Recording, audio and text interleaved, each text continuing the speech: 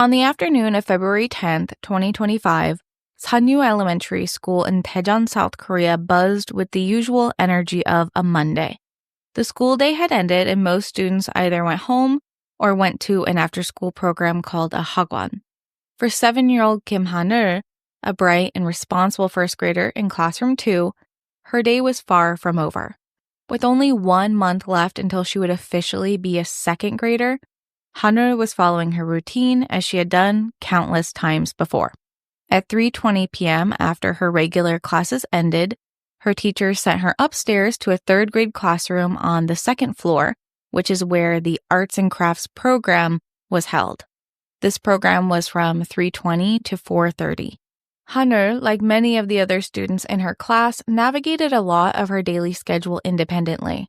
She knew to pack up her things and head to the after-school program, and when the class was over, she also knew to pack up and head downstairs to the front entrance, where a hagwon shuttle bus would be waiting for her to go to her next activity.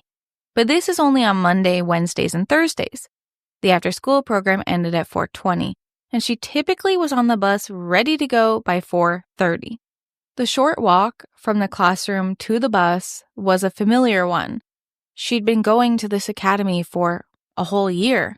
No one would suspect in this routine walk, this would be the last time Haneul would ever be seen alive.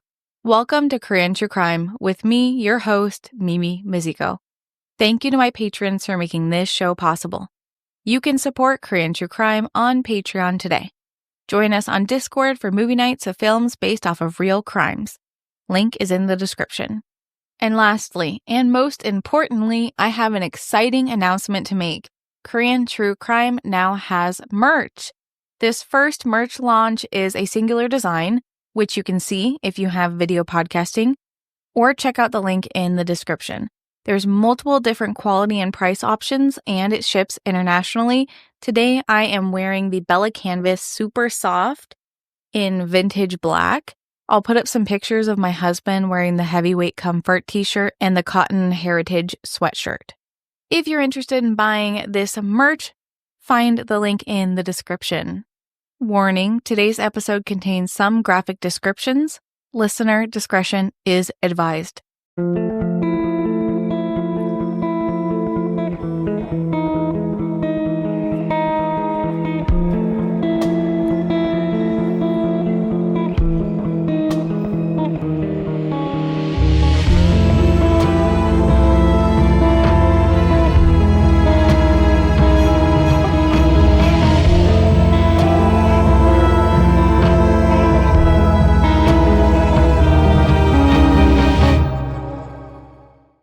The class had ended at 4:30 p.m. and Haneul had packed up and left. But at 4:40 p.m., Haneul has still not arrived to the shuttle bus. The drivers are usually accompanied by workers at the hagwon who are aware if anyone is planning to be absent, but they hadn't heard anything from Haneul's family. The bus driver grew concerned, so he contacted the school and asked them if she had been dismissed yet from class. They assured him that she had already left. After a few minutes had passed, he contacted the school again, telling them no, she didn't come out. The after-school teachers were surprised by this and started to search around the school. Maybe she went to the bathroom, but they couldn't find her. They thought maybe she had run away. So they immediately contacted Haneul's parents, just a few minutes after speaking to the bus driver. Haneul's father answered the call from the teacher and immediately heard the sense of urgency in her voice that she likely was trying to cover up with politeness. You want to both maintain that customer service voice, but also relay that the call is serious. The teacher told him, Haneul did not come out to the bus and they couldn't find her. They asked the father if he could call her kid's phone. Many students, especially young students in South Korea, have kids' phones. There are a bunch of different kinds. I'd mostly seen the Zem phone a lot, which is like a miniature Samsung Galaxy that's a lot more restricted. Haneul's kid's phone had an application installed called Find My Kids.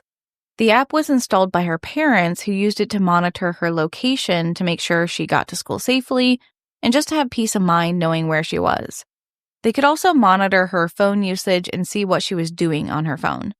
The largest selling point for the premium subscription in this app is a feature that allows parents to activate the microphone in the phone without the child knowing. This allows them to listen through the phone to hear what's happening. This is sold as a feature to locate your child if they go missing, or see if someone strange is talking to your child, or maybe your child's being bullied. This feature is very appealing to parents, but also to teachers, definitely the center of debates about privacy invasion. There have been too many incidences of parents sending children to school with listening devices for whatever reason. But for Haneul's parents, it was a tool for them to ensure their daughter's safety, especially because she had transitions like this one where she left the after-school program and walked herself to the bus. Haneul's father, after getting off the phone with the school, booted up the Find My Kids app and checked Haneul's location. The app showed that the phone was still at the school. He relayed this information back to the school and tried calling Haneul's phone. It rang, but no one answered. So he continued to try to call as him, his wife, and Haneul's grandmother drove to the school. After multiple times of calling with no answer, he decided to boot up that microphone listening feature, just hoping he would hear his daughter's voice. Instead, at first, he heard nothing. He turned the volume all the way up, but all they could hear was heavy breathing. It clearly was not Haneul. It sounded like an adult running a marathon. Then they could hear running footsteps and the frantic opening and closing of drawers. The last sound he heard was the unmistakable sound of a backpack zipper. Haneul's family was panicking because clearly Haneul didn't have her phone. Was she even near her phone? Had she left it behind? Had someone stolen it? Haneul's father knew what he had to do. He went back into the Find My Kids app and activated a safety feature that allows parents to sound off a loud alarm from the kid's phone. This overrides any silent or vibrate settings on the phone. The piercing sound that came through the phone was meant to draw attention to it, in hopes someone would find her. Through the listening feature, he could hear the alarm going off, as well as heavy breathing. Then he heard a voice, an adult, female voice, cursing under her breath. Whoever had Haneul's phone was panicking, trying to shut off the alarm. The academy staff were joined by Haneul's parents and grandmother at 4:50 p.m., just 10 minutes after the school had called them. It has now been 20 minutes that Haneul has been missing. With such a quick response to her being missing, the chances of finding her increased substantially. When the family arrived, they asked if anyone had heard her phone ringing or the alarm that they sounded off, but no one had. The school is large in an urban area. Even the alarm might not be heard if it was just put in a desk a few classrooms away. Together, they all started searching the school, shouting Haneul's name. The Find My Kids app, however, was starting to add confusion to the search because the location tracker was glitching. As they looked at it, it would switch around from the school to a next-door apartment complex. As they searched the school and around the building, the father contacted the police at 5:15 p.m. The police arrived quickly at 5:23 p.m. and split their search between the apartment complex and the school. By this time, however, whoever had Haneul's phone had shut it off, completely severing the connection that gave the parents clues about where she was. This is when panic was sinking in. Haneul's grandmother started going into classrooms, searching closets, and as she finished the first grade area, she went upstairs to the after-school program. Next door was a technology room, also known as the audio-visual room.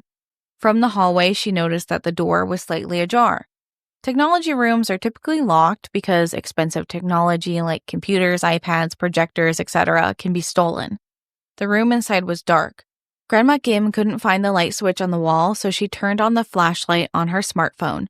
As soon as she turned on the flashlight, she saw a woman standing in front of the storage closet, closing it quickly behind her. She asked the woman, "Have you seen Haneul?" The woman, who was out of breath, muttered out she hadn't seen any students. Grandma Kim saw a backpack on the ground behind her, and then looked up to see blood smeared on the woman's cheek. The woman had positioned herself against the storage door so that it was fully closed. Grandma Kim knew that this woman meant danger. and she knew she could not handle an altercation. So she nodded politely and said, "Okay, I'll keep looking elsewhere." She walked out of the room, and as she did, she heard the door lock behind her. Grandma Kim ran as fast as she could to the police. She told them what she saw and begged them, "Go fast." The officers, joined by Haneul's parents, sprinted to the audiovisual room. They forced open the audiovisual door and then the storage closet, but the woman wasn't there. As the storage door flung open, Haneul's father saw what no parent should ever see: his daughter, Haneul, lying motionless in the corner, covered in blood. The police called an ambulance and sent the other officers to apprehend the woman the grandmother saw. Haneul was rushed to the nearest trauma center and taken into surgery, but the damage was too severe. At 6:35 p.m., Haneul was pronounced dead. The time after finding her was chaos. The police quickly located the woman sitting at her desk attempting to take her own life. She had cut her throat and wrists when they found her. The teacher was Myung Tae-won, a 48-year-old second-grade teacher at Seonyu Elementary School. She was assigned to classroom 3. They learned from the school's administration that Tae-won had only recently returned from a medical leave due to mental illness. She actually had a history of depression that had caused difficulties leading to her going on what was supposed to be a 6-month medical leave, but she had returned early after her doctor said she was getting better. We'll get into Myung Tae-won's history later. In the meantime, the police knew what had happened to Haneul, so a full autopsy wasn't necessary, and they told the parents it wasn't necessary. They didn't need to go through all of that. But the parents wanted to know exactly what had happened to their daughter because they wanted the world to know as well. The autopsy was conducted and gave more insight into what had happened inside that storage closet. She had been stabbed multiple times in the neck and shoulder area as well as on her arms and legs. The ones on her arms and legs tell us that she was fighting back against the teacher. Haneul's parents raised a valid point when criticizing how is it possible no one heard her scream. Well, the National Forensic Service conducted their autopsy on Haneul, and there were signs of strangulation as well, which tells us she must have been trying to silence Haneul while stabbing her. She might not have been able to scream. While Haneul's family was working with the prosecution for the upcoming trial and planning the days of their daughter's funeral, the prosecution was trying to figure out who is Myung Tae-won and why did this happen. Myung Tae-won is a 48-year-old woman who taught a second-grade class in classroom 3 at Seonyu Elementary School in Daejeon. Despite having been a teacher for many years, she had not taught students for months. Tae-won had a long history of difficulties with her mental illness, namely depression. In 2018, she had received a formal diagnosis of depression, although she had been struggling with this for years. For a time, it seemed like she was able to finally manage her symptoms. But depression, as South Korean psychiatrist Park Dong-woo would say, is a self-harming condition, which very rarely manifests in violence towards others. In Tae-won's case, however, she had other underlying mental illnesses that were not being addressed. Her depression existed along with suicidal thoughts and aggressive impulses that were becoming something she experienced daily by the time of the murder. Psychologists on the case emphasize that depression alone cannot explain her actions. There's no direct link between her diagnosed condition and the crime she committed. Instead, her violent actions point towards extreme emotional dysregulation. On December 9, 2024, Tae-won had requested a 6-month leave of absence from work, citing her deteriorating mental health. She confided in her doctor about the suicidal ideation and feelings of anger, which means she was self-aware at one point. She was aware that this was happening and had tried to get help. This leave was intended to provide her with time to stabilize. But just 20 days later, her doctor decided she was fit to return to work and ended her leave of absence. The decision came despite Tae-won reporting she was still experiencing the anger and suicidal thoughts. The police have criticized the thoroughness of this evaluation if she literally was in the midst of a mental health crisis. South Korea's education system has for decades also been criticized for its handling of mental and physical health issues. In Korea, all school districts have formed committees dedicated exclusively to assessing teachers' mental and physical health conditions. Despite this, they're largely a waste of resources. Not because these committees should not exist, but because they're not doing anything to help educators. They have less enforcing power than an HOA. So even if they do try to make a decision, they often get a lot of backlash from the community or those involved in the evaluation. In Daejeon, where the Seonyu Elementary School is, this committee has not reviewed a single case in the past 2 years. And there have been many cases. They just haven't done anything about them. So teachers with physical or mental health emergencies are left to their own devices. They're not being supported by their district. Seoul, a much more densely populated area, hasn't reviewed a single case since 2021. It's not statistically likely that there have been 0 educators with problems in that much time. Considering Korea has been going through high rates of teacher suicides in the past 2 years, this is going to have to change, or things are going to get a lot worse.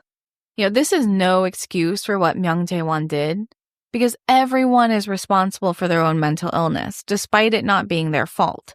But we also must address the nightmarish conditions that teachers in Korea have been working under that has led to the steep increase in teacher suicide. According to Representative Jin Sung-mi of the Democratic Party of Korea, 9,468 teachers and other elementary school staffers have received treatment for depression in 2023 alone. This is more than double since 2018. Although this is only 3.8% of teachers in Korea, this is only the number of teachers who sought treatment. There's likely many more. Depression did not make Jae-won violent, first off. According to Dr. Park Jang-woo, a professor of psychiatry at Gyeonggi University's College of Medicine, depression is a self-harming condition and rarely results in physical harm to others. He warned that blaming her medical history on her actions risks reinforcing societal stigma, which can cause further prejudice against depressed patients who need treatment the most. The system is really ill-equipped to address Jae-won's needs, which led to her returning to work on Thursday, February 6, 2025. But her reintegration wasn't what she had hoped. They didn't have a class for her to teach because they had already reassigned her class. So she was essentially just assisting the administration. On February 7th, the next day, she was already experiencing pretty intense emotional instability. A colleague had noticed Jae-won was squatting in an unusual position, behaving oddly, and muttering to herself under her breath. The colleague reached out to help, but Jae-won quickly became violent. She lunged at the other teacher, grabbing her head in a headlock and twisting their arm. Reports have varied on the extent of the injury because the injured coworker chose not to report the incident to the police. Some claimed the colleague's arm was broken, others sprained, some just that it was a minor injury. Other coworkers at the school had intervened and separated the two, but no one decided to contact the police. The incident instead was reported just to the school's superintendent, who issued a formal warning to Jae-won, and he suggested she restart her medical leave. I don't understand why the coworker would choose not to report the incident, unless maybe there was a lot of pressure from the school district to not bring attention to the issue. Maybe it would be bad press. I don't know. Involving the police at this point could have saved Haneul's life. And I do believe that there was responsibility for them to report this. Violent behavior, whether adult or child, at a school needs to be handled seriously each and every time. But instead, the superintendent filed a report with the Department of Education for her to be put on leave again. And in the meantime, they just asked Jae-won to apologize. We've talked about this a little bit before, but humility is greatly valued in Korea, sometimes more than legal justice. I can understand this sentiment because police are not the only solution to problems. But in this instance, I do think it was warranted to contact the police. The school's response, or lack thereof, really reflects a trend of reluctance to involve police or mental health professionals in altercations. The injured coworker and the school deciding not to start a legal report on the matter, which would have likely led to her receiving a mental health check, was a missed opportunity for them to intervene. Of course, they couldn't have known what Daejeon was capable of, what she was going to do, but the signs were there that it wasn't something good. She was already being violent. In the meantime, Daejeon was removed from being in the classroom, even as support, and she was assigned to work under the vice principal while they processed the superintendent's report. She could be fired for this, but it was going to take a lot of time for the school board to review it. This demotion was just adding to the humiliation she was feeling. She knew she was out of control already. She had even confided in her husband that she was feeling a lot of resentment towards her coworkers and her boss. She felt like everyone was preventing her from doing her job because of her history with mental illness. The demotion had worsened her feelings of alienation and frustration. The mental health struggles, the humiliation from the altercation with her colleague, being demoted, just everything together was creating a volatile mix of emotions in her. On Sunday, February 9th, Daejeon came in to work hoping things were going to be better. As unhappy as she was in her situation, I think she ultimately did want to return to teaching. But that day, things weren't going great. The school's provided computers were outdated, as a lot of technology is in Korean workspaces. The office at the school I worked at had computers running on Windows 95 and 97. And we had computers dying, causing power outages, Wi-Fi going out hourly. It was a disaster. And from what I would learn, most of my friends' places of work also had whatever was cheapest. I heard complaints from people who work in Japan as well. Places that everyone describes as living in 2050, yet our printers needed repairs weekly. My phone had more processing power than my work desktop. And that day, because Daejeon was already running at a 9 out of 10 anger, her computer running slowly and crashing was the final straw. She became so overwhelmed, she smashed the computer, throwing everything off of her desk, started cursing out her frustrations. The vice principal, who she was sharing an office with, was shocked by this behavior. He reported the incident to the superintendent, but like before, there's no immediate consequence. The school's failure to provide her with a psychiatrist or therapist when she clearly was in a mental health crisis, and them allowing her to continue working, was a huge oversight. I may sound like I'm placing a lot of blame on the school, because likely she should have been fired by this point. I am, in a way, placing blame on them. They shouldn't have even allowed her to be on school property when she clearly was a danger to other people. She'd already proven she would hurt others. So the next day, February 10th, the day of the incident, Daejeon was a ticking time bomb. She arrived at Seonyu Elementary School that morning with an anger and despair on her mind. At 11:50 a.m., she called her husband and sounded frantic. She told him that she felt like she was the only one who was screwed up. Her husband was aware of her recent outbursts and her difficulties with her mental health. He had been telling her just take time off, regardless of the medical leave being approved. Daejeon wouldn't listen to this reasoning. She had already made up her mind. During her lunch break, she had visited a nearby store and purchased a knife. At this point, they believe her intention was to take her own life at work, which there had been a case in South Korea of a teacher taking their own life in their classroom just after school hours. But that wasn't the only one. Suicide is the leading cause of death for people between 10 and 39 in Korea. South Korea has the highest suicide rate among any developed country, with more than 20 people per 100,000 taking their own lives. No one knew what Daejeon was planning to do. She was pretending everything was normal at work. Back at the school, she spent most of the day on her phone. She was obsessively searching for information on how to murder. She was looking up terms like carotid artery, medical student murder, Incheon Elementary School murders. You might remember these two cases because we've covered them. The medical student murder was the Genius Turned Killer episode, and Incheon Elementary murder was the Incheon Child Killers episode. It's very obvious what she took inspiration from when you go back and look at these cases. I'm not going to go into too much detail, So go back, take a listen to those if you haven't. But she clearly was copying what others had done.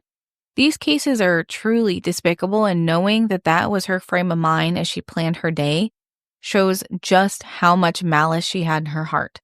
But Haneul wasn't the origin of her anger. She'd never taught Haneul.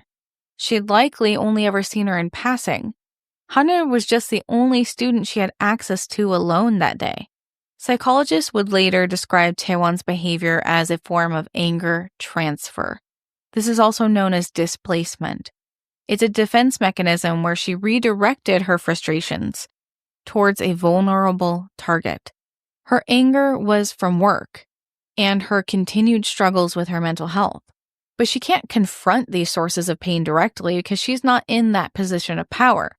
Instead, like many bullies, abusers, and killers, she fixated on a vulnerable victim, someone unconnected to her personal grievances.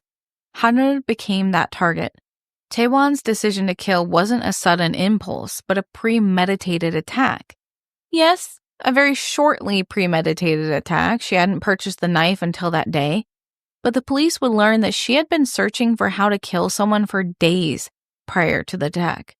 Prosecutors stated that she had an extreme anxiety about abandonment by her husband, family, coworkers. This, combined with her inability to regulate emotions, led to her spiraling that day. Throughout the morning, Taewon's behavior grew increasingly erratic. At 3:14 p.m., she called her husband. The school day had just ended, and this is when Haneul was likely packing up her bag and moving to the after-school program, while the other students went home or went to hagwons. When she called her husband, she was talking in circles. She was ranting about her unhappiness and making these vague, cryptic statements like she needed to catch one person to ensure she wasn't the only one unhappy. She told him that she'd already had 3 chances that day and swore she would succeed on her last chance. Her husband knew she was having an emotional outburst, but he really didn't know what she was planning to do. He tried to beg her to leave work, begged her to go home. He wasn't sure what she was going to do, but he knew she would regret it. Taewon didn't care, though. She hung up and started to walk through the school. Taewon knew the school well. She knew that the audiovisual room was always locked and unused after school. She went to the AV room and made sure that the door was unlocked. That was not her first trip to the AV room that day. She had been there multiple times to make sure it stayed unlocked. She was mentally going through what she was going to do. As the after-school program started to clean up at 4:15, Taewon stood outside the door, watching the students as they packed up. The after-school program was next door to the AV room, and she knew what would come next. So she called her husband and started asking some rhetorical questions. What happens if I go to jail? What would happen to our house? Would they make me pay for the damages with my own money? She never said why she would be arrested, and he likely meant she was talking about the assault on her coworker. As she spoke, her eyes settled on Haneul, the quiet first-grade girl who was the last one to clean up. The students were sent out to get picked up by parents or go to the shuttle buses closer to 4:30 p.m. As the students started leaving, Haneul was the last to exit. She approached Haneul in the hallway. Taewon approached her in the hallway and offered her a book. She said, "If you come really quickly, I'll give you more free books before you go home." And what reason did Haneul have not to trust a teacher? She didn't have any. So she followed Taewon to the audiovisual room sometime between 4:30 and 4:40 p.m. Taewon closed and locked the door behind them. Within the next 10 to 20 minutes, Taewon had strangled and stabbed Haneul, targeting her neck like she had read about in other cases. Haneul had fought back. Her defensive wounds tell us that. As Haneul's phone began to ring at 4:50 p.m., Taewon was likely cleaning blood off of herself and hiding the knife. The ringing persisted for a long while until the alarm was sounded off by Haneul's father, but no one else in the building heard it. When Grandma Kim entered the audiovisual room a little after 5:30 p.m., an hour later, Taewon still had blood on her face. After Grandma Kim left to alert the police, Taewon turned the knife on herself. attempting to cut her throat and wrists. Her suicide attempt, however, was interrupted by the police. Both Haneul and Daejeon were rushed to the hospital together. But while Haneul died from her injuries, Daejeon survived. The days following were full of grief, outrage, and a desperate search for motive. The National Forensic Service conducted the autopsy at the parents' request, confirming that she had been stabbed to death. The brutality of the crime ignited a national conversation about the safety of students, mental health awareness for teachers, and the failures that allowed this to happen. On February 11th, the Daejeon West Police obtained formal arrest warrants to search Daewon's house and her electronic devices. Daewon was still unconscious at this time in the hospital, so they weren't able to question her yet. But she was under constant police guard. Although she was still technically allowed visitors, no one came to visit her, not even her husband. On February 12th, Daejeon West Police's Chief Yuk Jun-myung visited Haneul's funeral, where he also met with the grieving family. The visit came just after the father had publicly criticized the police for the handling of the investigation, because at a briefing the previous day, the family learned about Daewon's motivations through the live news, not from the police. They were frustrated that they were learning about new things in their daughter's case from the news, rather than the investigators. Shouldn't they be the first to know any information? Chief Hyuk apologized to the family and stated that the meeting was merely to counter inflammatory media reports regarding teachers and their daughter. They really wanted to stop rumors and wild stories before they began. Haneul's funeral lasted for 4 days, and then she was cremated and laid to rest on the 4th day at Daejeon Memorial Park. During the funeral period, Haneul's father shared memories of his daughter, including her love for K-pop idol group IVE. IVE might not be huge internationally, but to Korean girls in elementary school all over the nation, they were iconic. I didn't have a single elementary student who didn't have a stack of like 20 or 30 IVE photo cards. I'd have students who practiced their dances daily. And Haneul adorably wanted to become an idol singer like Chan Won-young from the group. Haneul's death was known nationwide and even internationally at this point, so funeral wreaths were sent to the funeral from people all over. This included from Starship Entertainment, the company that manages IVE. Her father expressed hope that Hwan-young might attend the funeral to help her spirit, but he understood that it was very unlikely. His request, however, went viral on social media and fans started urging Hwan-young to attend, while others stated that it wouldn't be appropriate. Many people attacked the father, calling his request selfish. Regardless of what you think, Starship Entertainment issued a response stating that her appearance would be unsafe, not because someone might hurt Hwan-young, but because impressionable fans might harm themselves or take their own lives, hoping that a pop star would attend their funeral or visit them in the hospital. This might sound far-fetched, but fans can become so obsessive once they've created parasocial relationships in their heads. The company also asked the public not to criticize the grieving family due to the request, which I think is really important for them to acknowledge how quickly people jump to bullying and harassment online. In Daejeon, community members started leaving chrysanthemums, dolls, and sweets outside of Seonyu Elementary School. Multiple parents at the school had expressed fear of returning to school. The murder completely shattered people's trust in the safety of schools. And Seonyu Elementary School closed for a week before it reopened on February 18th. But some parents still were choosing not to send their students back to school. Parents and community members were expressing their outrage to the Daejeon Office of Education. They were protesting outside of the superintendent's office for a week.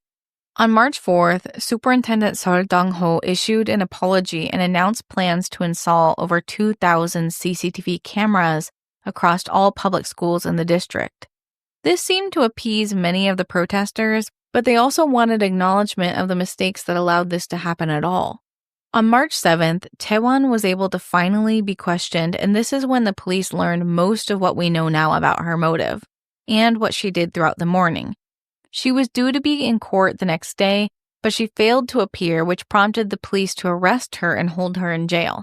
On March 12th, with permission from both Daewon and Haneul's parents, her personal information was released to the public, which is quite rare in criminal cases.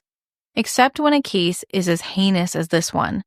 When criminals' information is released, it's posted for 30 days, but really it lives on forever with the internet. On March 27th, the prosecutors in charge of the case indicted Daejeon for Haneul's murder. They set her trial for April 28th, 2025. If you're listening to this the day it releases, you may be wondering, aren't you releasing this on April 29th? Yes. However, I don't record the day episodes come out, so I will keep you updated about the trial once it's concluded on all of my socials. It's likely just the first of many trials to come, since they will likely seek the death penalty. A professor at Ewha Women's University, Jung stated that this happened due to a lack of clear and detailed regulations to enforce relevant safety measures that led to a gap in protection of students. There's also been a huge surge in the use of monitoring apps like Find My Kids in Korea since this case. People are scared, and honestly, we should all pay a little more attention to which adults have access to kids. In most of the cases I've covered, we usually have a pseudonym for the victims. Usually I pick a name that's most popular during their birth year. But Haneul's family chose to publicly release her name. For them, it wasn't just about honoring her memory, but holding the school and murderer accountable. They shouldn't forget her name. The family believes that the school bears as much responsibility as Myung Daejeon. They were negligent and ignored multiple signs of aggressive behavior by Daejeon. This has started discussions on how a failure could have happened in a school like this.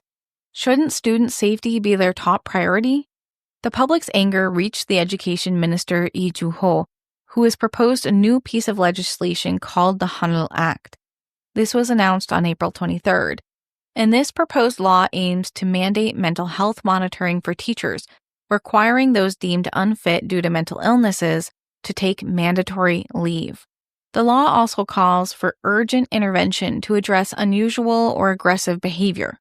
If the teacher is reinstated, the government would then require the teacher to undergo regular assessments to confirm their ability to perform the job safely. I'm really wary of this proposed act because, as we know, her depression was not what made her violent, and I wonder how this could be used by schools to further the stigma towards people with mental illness. The consensus among experts is clear. While Daejeon's mental health struggles were real, they didn't excuse her actions. The murder exposed a critical need for legal safeguards and proactive intervention to protect students from educators who are unstable. If we blame depression alone, we risk stigmatizing those seeking treatment and obscuring the broader failures that really enabled Daejeon to commit this crime. Some districts have decided to create their own policies to ease parents' fear and increase child safety measures. Some locations are giving portable emergency devices to students that allow them to press a button and alert parents and authorities of an emergency. This device also tracks their location, which alerts parents when the child leaves the school. As the trial approaches, or passes, depending when you're listening, I hope that this never happens again. Though Haneul is gone, her name will live forever, and hopefully inspire and bring change to make even just a small part of the world safer for kids. Her father left a message for Haneul. 하늘아, 예쁜 별가, 하늘, go to the pretty stars. Thank you for listening to today's episode. Join us on Discord for free movie nights. Find sources on Patreon, quarterly sticker club on Patreon as well. Follow the show wherever you listen and check out the new merch. Link is in the description. Thank you to my patrons, Vix Mac, Lala, William White, G1 Edwards, Ferry, Elijah Hancock, Anomanam, Dr. Bob, Lumos, Emma Brown, David DeFoya, Adriana, Pip, Dade512, Lisa, Olive, Caitlin, Nicey, Breaker O'Day, Kitten Who, Asta Bach, Quilt00, Kristen, That Lady Rach, Amber, Rebecca, and Quick Bick. 다음에 또 봐요. See you next time.